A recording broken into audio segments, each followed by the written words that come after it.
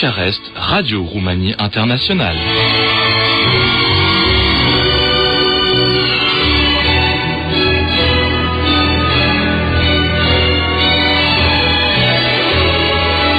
Mesdames et messieurs, l'équipe de la section française de Radio Roumanie Internationale, c'est un plaisir de vous inviter à écouter cette émission qu'elle a voulu aussi bien intéressante qu'agréable, avec un maximum d'informations sur la Roumanie et les Roumains.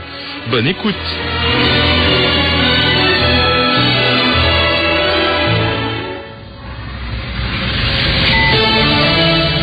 Info plus sur RRI, voici les titres du journal. Le lien entre la Roumanie et les États-Unis est à son plus haut niveau, selon le secrétaire américain d'État Mike Pompeo. La recontamination avec le nouveau coronavirus est peu probable, concluent des chercheurs roumains, et le trafic frontalier reste particulièrement chargé en Roumanie en cette période.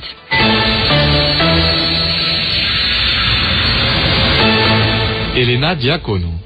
Le secrétaire américain d'État, Mike Pompeo, a adressé une lettre au chef de la diplomatie de Bucarest, Bogdan Aurescu, à l'occasion de l'anniversaire ce mois-ci de 140 ans de relations diplomatiques entre la Roumanie et les États-Unis d'Amérique. Selon un communiqué du ministère des Affaires étrangères de Bucarest, le responsable américain met l'accent dans sa lettre sur la coopération bilatérale destinée à promouvoir les intérêts communs aux deux pays. Je cite, le lien fort entre la Roumanie et les États-Unis a atteint à présent son plus haut niveau depuis le début des relations bilatérales, estime Mike Pompeo, qui a tenu à remercier à la Roumanie d'être un allié et un ami de confiance. À son tour, le ministre Bogdan Aurescu a affirmé que l'anniversaire des 140 ans de relations diplomatiques représentait une bonne occasion pour reconfirmer la relation stratégique durable entre les deux États, ainsi que leur volonté de donner une réponse commune aux menaces et défis auxquels ils sont confrontés.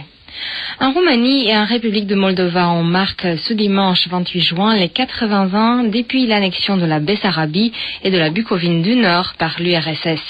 La date du 28 juin 1940 reste une date controversée de l'histoire récente. L'Union soviétique avait adressé à la Roumanie un ultimatum pour demander la rétrocession de la Bessarabie et une partie de la Bucovine du Nord. Dans le cas contraire, la Roumanie étant menacée de la guerre. De ce fait, Bucarest a cédé à l'URSS une partie de son territoire national et l'armée rouge a par la suite occupé les quelques 55 000 km² peuplés majoritairement par des ethniques roumains.